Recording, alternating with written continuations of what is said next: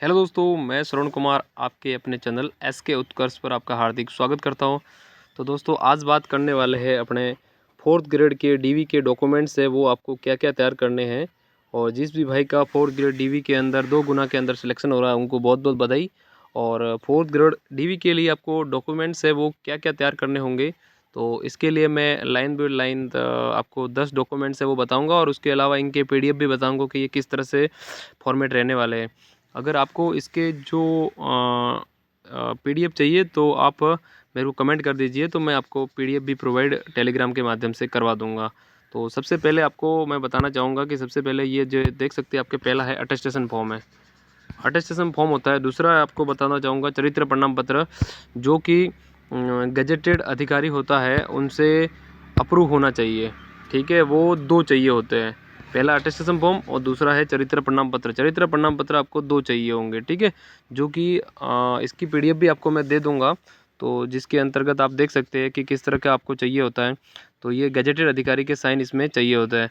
और तीसरा पॉइंट है चरित्र प्रमाण पत्र, जो कि जो भी आपका लास्ट एजुकेशन रहा होगा वहाँ से, जैसे कि स्कूल की 12वीं पास है तो 12वीं पास का आपको चरित्र प्रमाण पत्र स्कूल से प्राप्त हो जाएगा। और चौथे नंबर का है यहाँ पर धूम्रपान से संबंधित शपथ पत्र, जो कि अगर आपका जब भी डीवी का कॉल आएगा उस टाइम में बोर्ड है वो वेबसाइट पे डाल देगी, या फिर जो भी अधीनस्थ बोर्ड का ऑफिशियल जो धूम्रपान शपथ पत्र है, या तो वो नोटरी करवाना होता है या फिर खुद से ही शपथ पत्र यानी कि खुद से ही साइन करके इसको अटेस्टेड करना होता है। तो नॉर्मल होता है, इसके ज़्यादा सोचने की बात नहीं है। इसमें दहेज वाला होता है वो भी नॉर्मली अपने खुद के साइन ही रहते हैं, अगर मांगे तो नोटरी करवाना होता है तो वो भी आप करवा सकते हैं। और छठा है आपके पास अगर विवाहित हो तो आपके पास विवाह प्रमाण पत्र होना चाहिए। और सातवां है जाति प्रमाण पत्र आपके पास होना चाहिए, जो भी फॉर्म भरा उससे पहले का। अगर नहीं है तो भी चल सकता है दोस्तों, क्योंकि उसके अंदर आप अटेस्ट पुराना वाला जो भी ऑफलाइन वाला है वो भी लगा सकते हैं और एक शपथ पत्र बना सकते हैं, ठीक है, यानी कि कोई भी एक एफिडेविट लगा सकते हैं। और आठवां है दोस्तों मूल निवास प्रमाण पत्र, अगर टीएसपी वाले हैं तो उनके लिए टीएसपी सर्टिफिकेट चल जाएगा। इसके अलावा यानी कि टीएसपी है तो टीएसपी काफ़ी है। और 10वां पॉइंट है यहाँ पर अंक तालिका, यानी 10वीं का ये है क्वालिफिकेशन, तो 10वीं भी 10वीं ही इसमें क्वालिफिकेशन चल जाएगी। 10वीं पास है तो आप 10वीं चला लेंगे। अगर आपने इसके साथ में अगर फॉर्म भरते वक्त ग्रेजुएशन भी लगा रखा है तो इसमें ग्रेजुएशन तक की मार्कशीट आप तैयार कर लीजिए, ठीक है, यानी कि अपने पास रखिए। और 10वां नंबर है संतान संबंधी प्रमाण पत्र, अगर आपके पास संतान है या नहीं है फिर भी ये डॉक्यूमेंट से मांगा जाता है कभी कभी। ठीक है दोस्तों, मैंने डीवी करवाया हुआ है पहले, इसीलिए आप सभी को मैं ये जानकारी बताना अच्छा समझा। और मैं आपको बताना चाहूँ कि जो अटेस्टेशन फॉर्म और चरित्र प्रमाण पत्र है वो किस तरह का फॉर्मेट रहेगा, तो मैं आपको दिखा देता हूँ। ये देखिए दोस्तों, आप देख सकते हैं कि अटेस्टेशन फॉर्म का ये फॉर्मेट है वो इस तरह से रहने वाला है। इसको किस तरह से भरना है आप अगर मेरे को कमेंट बॉक्स में करेंगे मैसेज, तो चलो मैं आपको बता ही देता हूँ किस तरह से इसको भरना है।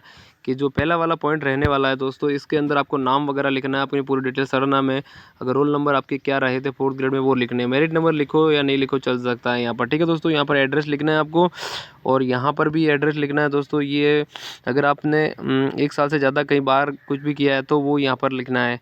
उसके अलावा यहाँ पर फादर्स की डिटेल्स आएगी, यहाँ पर नेशनलिटी वगैरह, फादर का नाम, माता का और वगैरह इंडियन है या नहीं वो लिखना है।